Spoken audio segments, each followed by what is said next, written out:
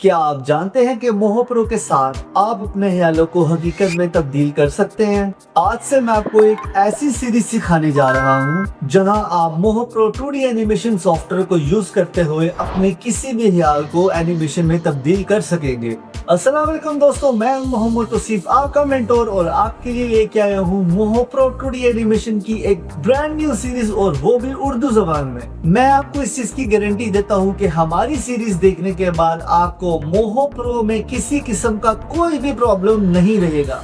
तो बिना time waste किए जल्दी से अपनी क्लास में चलते हैं और एक्सप्लोर करते हैं इस ऑसम सॉफ्टवेयर को।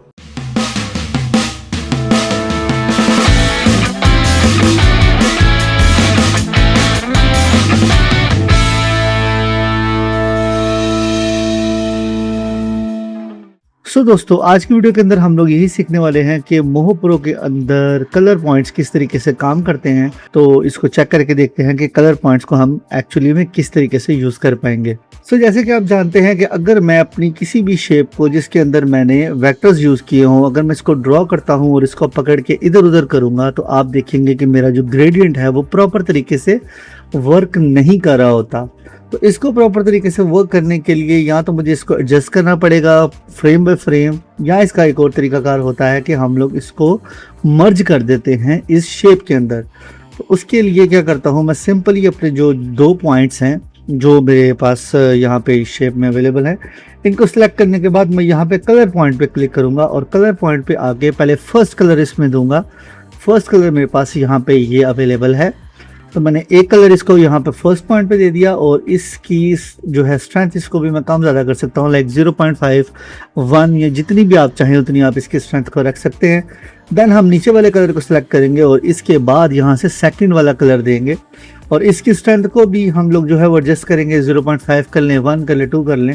तो जैसे ही मैंने कलर दे दिए इसकी स्ट्रेंथ को भी हम चेंज कर लेंगे। तो अभी अगर मैं इनके पॉइंट को सिलेक्ट करके चेंज करता हूँ तो आप देखेंगे कि हमारा ग्रेडियंट भी इस तरीके से ही काम करेगा जिस तरीके से हमारी शेप काम करती है। एक और एग्जांपल देखते हैं। यहाँ पे इसी चीज़ को मैं जो है इसकी स्ट्रोक में इस्तेमाल कर सकता हूँ। तो अगर मैंने यहाँ से स्ट्रोक के कलर को चेंज करना है तो उसके लिए मुझे सबसे पहले करना पड़ेगा एक और इसके अंदर लेयर को ऐड। मैं सिंपल यहाँ से आता हूँ और यहाँ से आपने एक कर्वेचर लेना है, एक कर्व लेना है बेसिकली, जिसके ऊपर आपने कलर को इम्बेंड करना है। तो मैंने यहाँ से एक क्रिएचर जो है क्रिएट कर लिया अपनी स्ट्रोक। उसके बाद दोस्तों मुझे क्या करना है कि मुझे पहले जो स्ट्रोक्स लगी हुई हैं उनको ख़त्म करना होगा।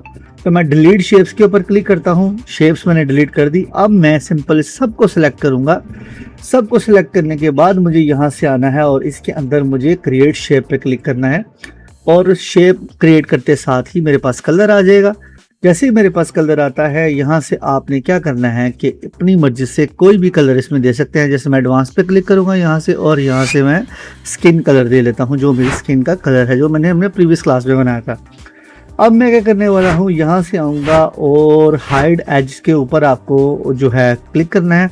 अपनी मर्जी से इसके एजेस को आपने कर लेना है हाइड और सिंपल हम लोग क्या करने वाले हैं कि इसके ऊपर वाले एजेस को सेलेक्ट करके शिफ्ट प्रेस करेंगे और साथ ही यहाँ से आके हम लोगों ने इसमें एक नई जो है वो ऑप्शन क्रिएट करनी है। मैं सिंपल कलर पे क्लिक करने वाला हूँ और यहाँ से कोई भी डिफरेंट कलर मैं चूज़ कर सकता हूँ, लाइक मैं यहाँ से इसको रेड रखता हूँ।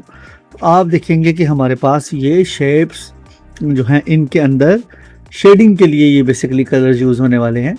तो आप अपनी मर्ज़ी से इसके कलर को ज़्यादा कर सकते हैं, कम कर सकते हैं। तो अगर मिसाल के तौर पे ये आप इसको एडजस्ट करके देखते हैं कि इसकी पॉइंट्स और इसकी मूवमेंट अगर आप समझते हैं कि इसमें जो है वो शेड सही तरीके से नहीं आ रहे या शेड्स में किसी किस्म का कोई भी प्रॉब्लम आ रहा है, तो आप इसके अंदर पॉइंट्स को मज़ीद ऐड कर सकते हैं। मैं कुछ पॉइंट्स को ऐड करूँगा तो ये ज़्यादा बेहतर होना शुरू हो जाएगा।